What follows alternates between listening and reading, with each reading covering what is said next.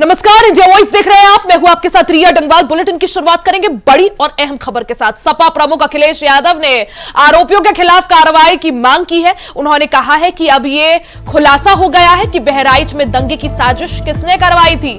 BJP विधायक ने ही BJP के खिलाफ एफआईआर लिखवाई है, तो फिर भाजपाइयों के खिलाफ ही कार्रवाई होनी चाहिए। बीजेपी सरकार में बुलडोजर उस अहंकार का प्रतीक बन गया है जो सर्वोच्च न्यायालय तक का मान सम्मान नहीं करता। कानून की अवहेलना करवाने वाले सलाखों के पीछे होने चाहिए, पदासीन नहीं। तो बहराइच हिंसा को लेकर बवाल थमने का नाम नहीं ले रहा है। इस दौरान सपा प्रमुख अखिलेश यादव ने एक बार फिर से भारतीय जनता पार्टी को निशाने पर लिया है। समाजवादी पार्टी के प्रमुख अखिलेश यादव ने आरोपियों के खिलाफ कार्रवाई की मांग की है। उन्होंने लिखा है एक्स पर पोस्ट कर कि अब यह खुलासा हो गया है कि बहराइच में दंगे की साजिश आखिर किसने करवाई थी। बीजेपी विधायक ने ही बीजेपी कार्यकर्ताओं के खिलाफ एफआईआर लिखवाई है, तो फिर बीजेपी कार्यकर्ताओं के खिलाफ ही कार्रवाई होनी चाहिए। बीजेपी सरकार में बुलडोजर उस अहंकार का प्रतीक बन गया है जो सर्वोच्च न्यायालय तक का मान सम्मान नहीं करता। कानून की अवहेलना करने वाले सलाखों के पीछे होने चाहिए, पदासीन नहीं। बहराइच हिंसा को लेकर बवाल थमने का नाम नहीं ले रहा है। एक तरफ अखिलेश यादव ने एक बार फिर से भारतीय जनता पार्टी को निशाने पर लिया है।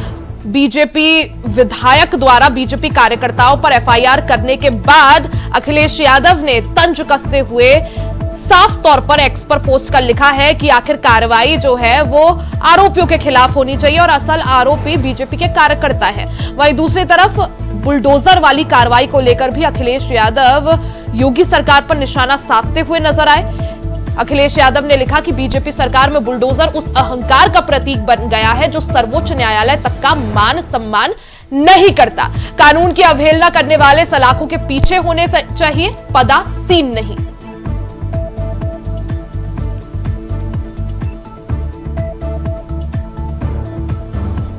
ज्यादा जानकारी के लिए सीधा चलते हैं मोहम्मद आसिफ के पास। आसिफ, जिस तरह से बहराइच हिंसा से जुड़ा ये पूरा मामला जिसमें बवाल थमने का नाम नहीं ले रहा है, अगर बात करें अखिलेश यादव एक तरफ जहां बुलडोजर वाली कार्रवाई को लेकर सवाल उठा रहे हैं, तो वहीं दूसरी तरफ जिस तरह से बीजेपी विधायक ने अपने ही कार्यकर्ताओं के खिलाफ एफआईआर करी है, उसको लेकर भी भारतीय जनता पार्टी पर तंज कस रहे हैं। देखिए रिया, बहराइच हिंसा को लेकर जिस तरह से सियासत चल रही है वह थमने का नाम नहीं ले रही है। और इस समय जो है बीजेपी विधायक सुरेश्वर सिंह ने जिस तरह से दंगा की एफआईआर दर्ज कराई है अपने बीजेपी नेताओं को लेकर, इस पर भी अब आग में घी डालने का काम हो गया है। और जिस तरह से लगातार एक के बाद एक खुलासे हो रहे हैं, चाहे एक खबरिया चैनल के स्टिंग ऑपरेशन का मामला हो या फिर बीजेपी विधायक के एफआईआर कराने का मामला, अब जिस तरह से सपा प्रमुख अखिलेश यादव ने एक्स पर पोस्ट कर कहा है कि बहराइच दंगा की साजिश पूरी तरह से सामने आ गई है, इस मामले में अब कार्रवाई होनी चाहिए।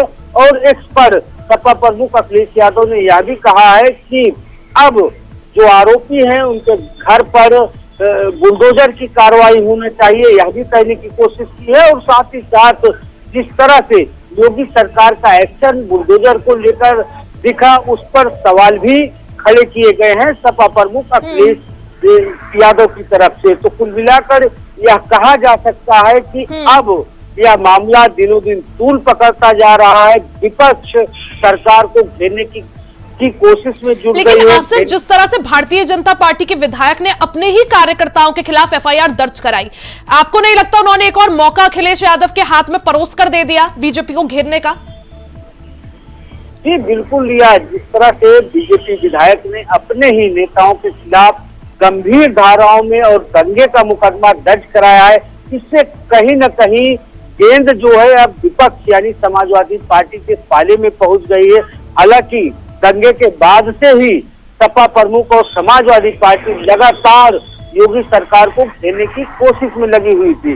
दंगों को लेकर तमाम सवाल खड़े किए जा रहे थे, पुलिस प्रशासन पर लापरवाही का आरोप लग रहा था तो वहीं दंगाइयों को सह देने का भी आरोप समाजवादी पार्टी लगा चुकी है। लेकिन अब जिस तरह से बीजेपी विधायक सुरेश्वर सिंह की यह कार्रवाई सामने आई है, मुकदमा दर्ज कराने की, यह अपने आप में एक बड़ा सवालिया निशान भी बन गया है कि आखिर किस दशा में बीजेपी विधायक ने अपने ही नेताओं के खिलाफ दंगे की एफआईआर दर्ज कराई है।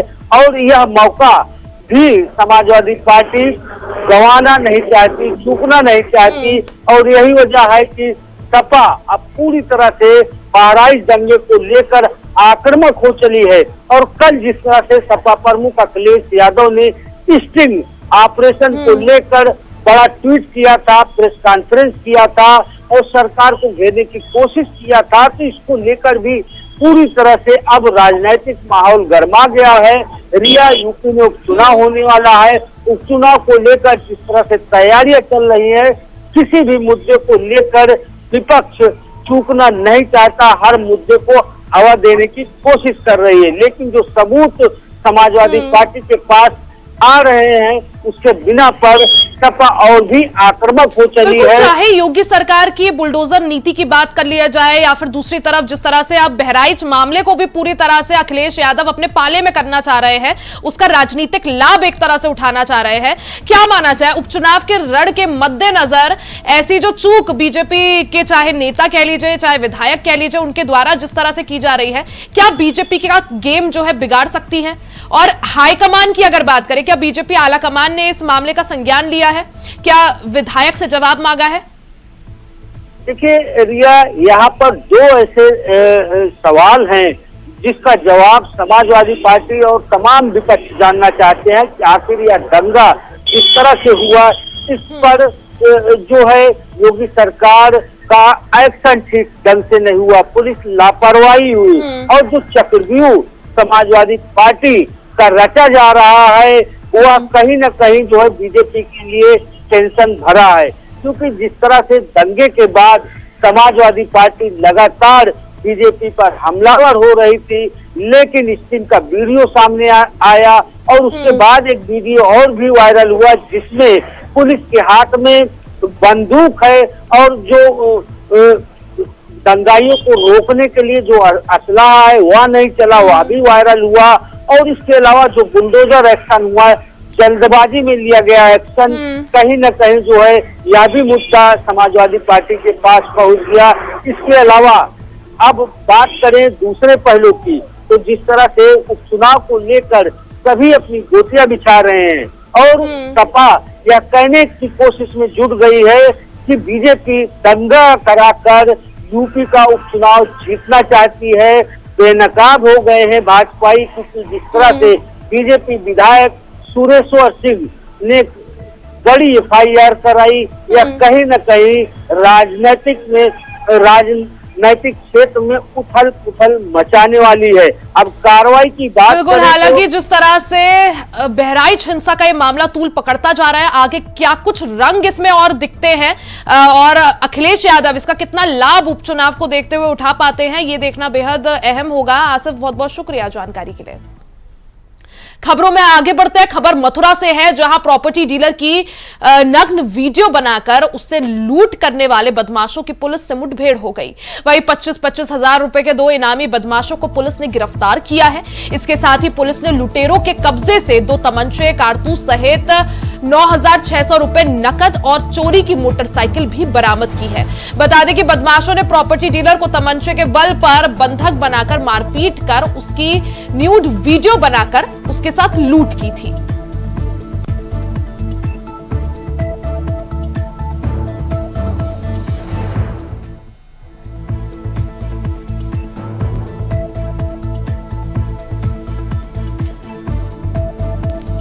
तो प्रॉपर्टी डीलर के साथ लूट का ये पूरा मामला जिसमें पुलिस और उन बदमाशों के बीच मुठभेड़ हो गई। मथुरा से पूरी खबर जहां एक प्रॉपर्टी डीलर के साथ पहले उसके साथ मारपीट की गई। कुछ बदमाशों ने उसका न्यूड वीडियो बनाकर उसके साथ मारपीट की और लूट को अंजाम दिया।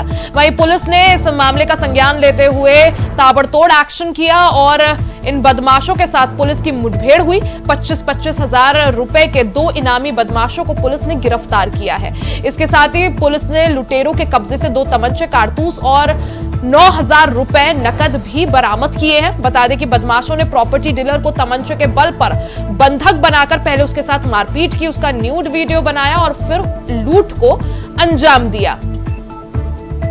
तो मथुरा से एक खबर, जहां प्रॉपर्टी डीलर के साथ लूट के मामले में जो बदमाश आरोपी थे, उन आरोपियों के साथ और पुलिस के बीच मुठभेड़ हो गई।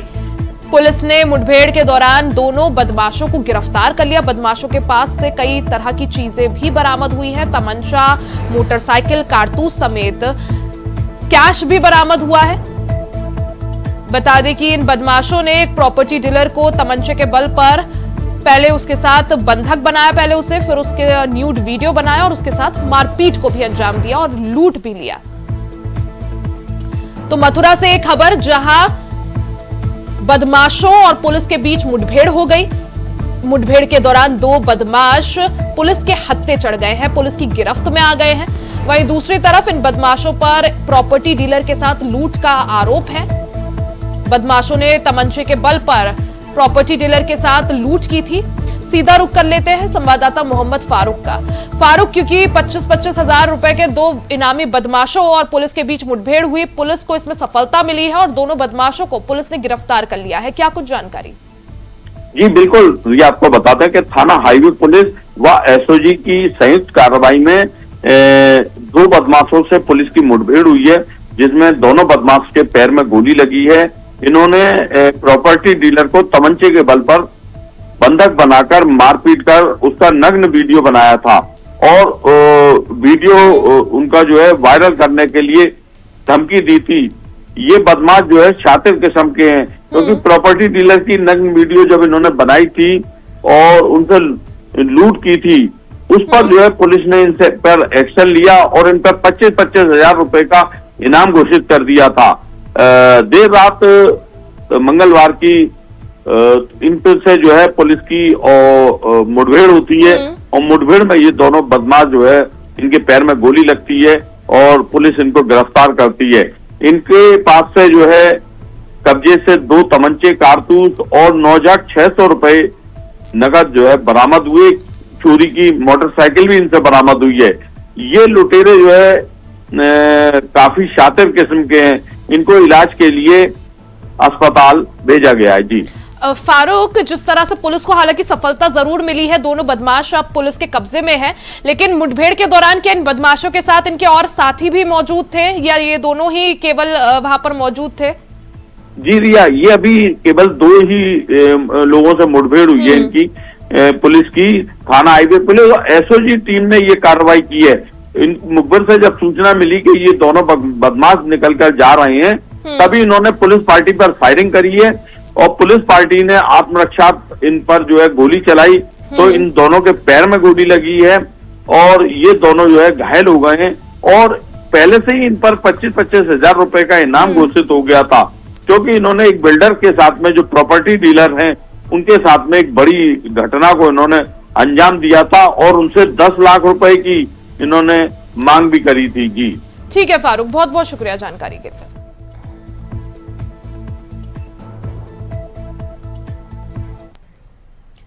वहीं भगवान प्रभु राम की नगरी अयोध्या में 30 अक्टूबर को दीपोत्सव है। दीपोत्सव के सफल आयोजन को लेकर ग्राउंड जीरो पर अयोध्या जिला प्रशासन के कमिश्नर गौरव दयाल ने दीपोत्सव स्थल का निरीक्षण किया।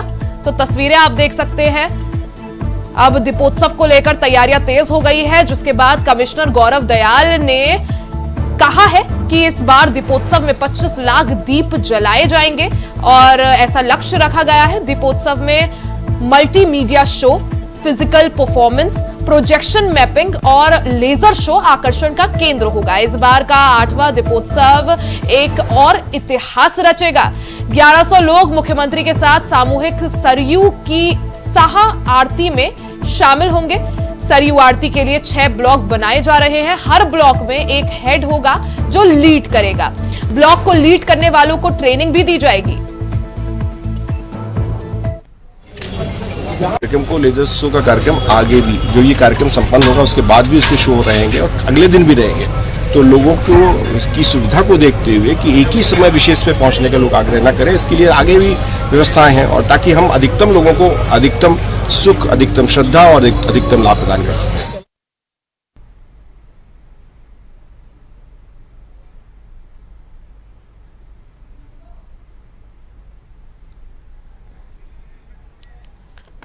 ज्यादा जानकारी के लिए सीधा रुख कर लेते हैं संवाददाता विनय मिश्रा का। विनय, क्योंकि दीपोत्सव को देखते हुए तैयारियां जोर शोर से चल रही हैं, किस तरह से तैयारियां, किस तरह से इस आयोजन को भव्य रूप देने की कोशिश? जी बिल्कुल, आप मैं यहाँ पे बता दूं कि दीपोत्सव के कार्यक्रम को लेकर के सारे अधिकारी ग्राउंड जीरो पे उतर चुके हैं और अभी आपने कल देखा है कि यहाँ पे आईजी सुनील कुमार और कमिश्नर गौरव दयाल और विधायक वेद प्रकाश जो है दीपोत्सव के कार्यक्रम का स्थल का निरीक्षण करने भी पहुंचे थे और 25 लाख दीपक जलाने का यहाँ पे लक्ष्य भी रखा गया है। इस तरीके से माना जा रहा है कि दीपोत्सव का जो कार्यक्रम होगा ये इस बार इतिहास रचेगा, क्योंकि इस बार जो है पहली दीपोत्सव होगी। दीपोत्सव का कार्यक्रम होगा जब भगवान रामलला का यहाँ पे प्राप्त शिक्षा के बाद जो कार्यक्रम होगा वो पहला यहाँ पे होगा और इस बार जो ये 8वां दीपोत्सव का कार्यक्रम यहाँ मनाया जाएगा।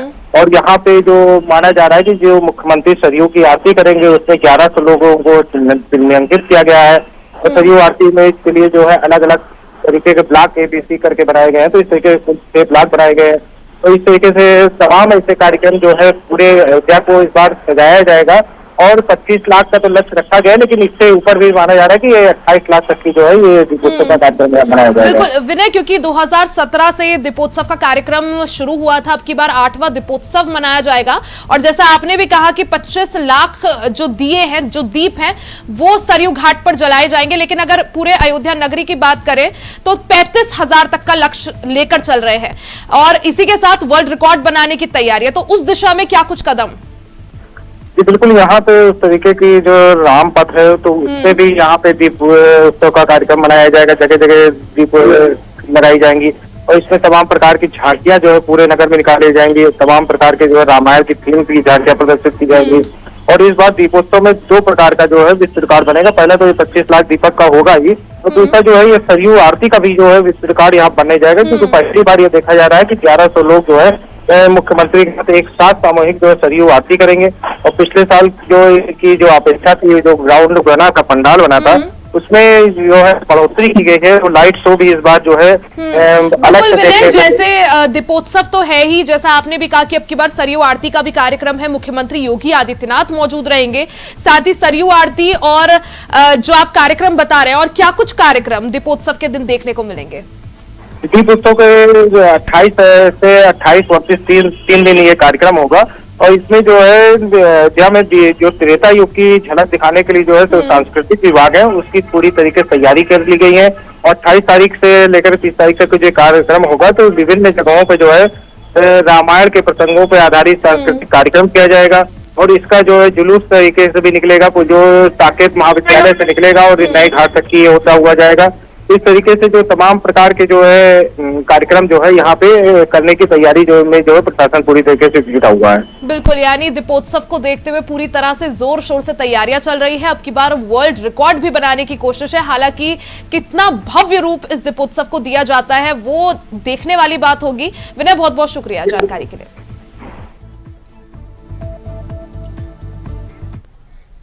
खबर ग्रेटर नोएडा से है, जहां फॉर्च्यूनर कार में भीषण आग लग गई, जिसमें जलकर एक युवक की मौत हो गई। गाड़ी सड़क से करीब 100 मीटर अंदर की ओर मिली, जिसकी वजह से कार में आग लगकर हत्या की आशंका जताई जा रही है। पुलिस और स्थानीय लोगों ने युवक को निकालने का प्रयास किया। मौके पर पहुंची पुलिस जांच पड़ताल में जुट गई है। अवगत कराना है, दादरी क्षेत्र के नंदा टाउनशिप के पास में एक फॉर्च्यूनर कार जली हुई अवस्था में मिली थी। तत्काल वरिष्ठ अधिकारियों द्वारा मौके पर पहुंच करके वहां फॉरेंसिक टीम को बुलाया गया था। कार के अंदर एक व्यक्ति की जली हुई अवस्था में बॉडी मिली थी, जिसकी पहचान संजय यादव निवासी नेहरू नगर गाजियाबाद के रूप में हुई थी। परिजनों से पूछताछ से पता चला था कि अपने 2 मित्रों के साथ निकला था और इनका अपने मित्रों से कोई ज्वेलरी के लेन का विवाद था। इनके दोनों मित्रों को हिरासत में ले लिया गया है। परिजनों से तहरीर प्राप्त करके इसमें समस्त पहलुओं की जांच की जा रही है। ज्यादा जानकारी के लिए सीधा रुख कर लेते हैं मेरे सहयोगी नितिन चौधरी का। नितिन, ग्रेटर नोएडा से पूरा मामला जहां एक कार में भीषण आग लग गई, आखिर क्या कुछ वजह निकलकर सामने आ रही है और क्या जो युवक कार के अंदर मौजूद था उसकी मौत हो गई है?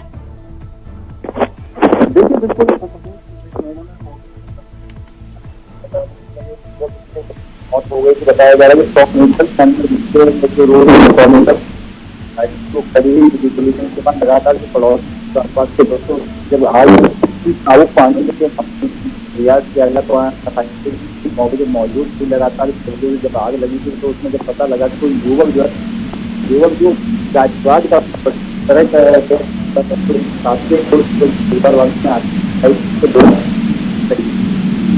बिल्कुल नितिन, ऑडियो में कुछ दिक्कत, एक बार फिर से आपको जोड़ने का प्रयास करेंगे। तो ग्रेटर नोएडा से खबर जहां फॉर्च्यूनर कार में भीषण आग लग गई जिसमें जलकर एक युवक की मौत हो गई।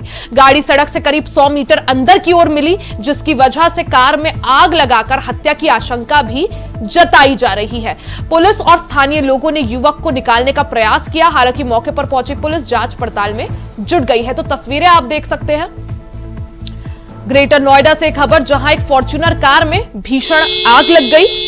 इस दौरान युवक की कार के अंदर जलकर मौत हो गई। हालांकि जो कार है वो सड़क से करीब 100 मीटर अंदर की ओर मिली है। यही वजह है कि आशंका जताई जा रही है कि शायद युवक ने कार में आग लगाकर आत्महत्या करने का प्रयास किया होगा।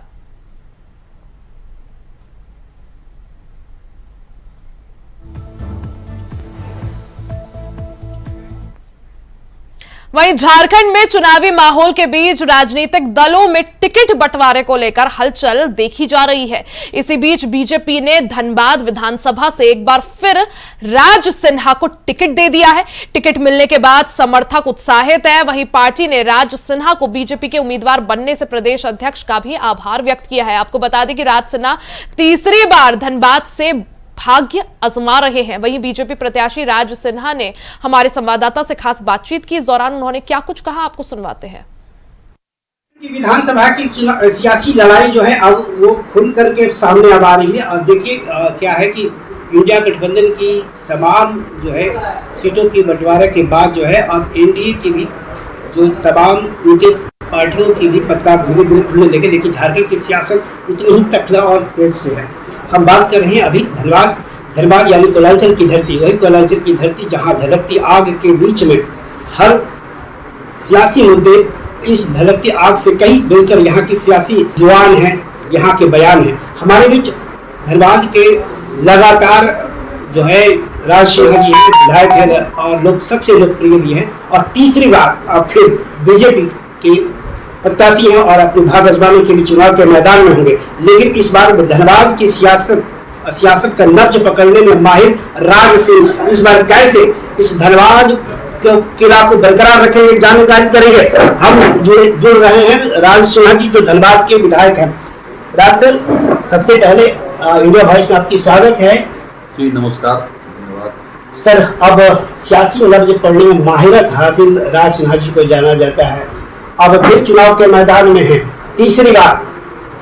देखिए, मैं तो सियासत को जानता ही नहीं हूँ भाई, मैं सीधा साधा आदमी हूँ और मैं मानता हूँ इस बात को कि no politics is the best politics, और इसलिए मैं कोई वैसा सियासत का न खिलाड़ी हूँ न कोई मुझे सियासत आता है। मैं तो सीधा साधा स्ट्रेट फॉरवर्ड आदमी हूँ, न भीतर मेरे कुछ और न बाहर कुछ और, सब एक है।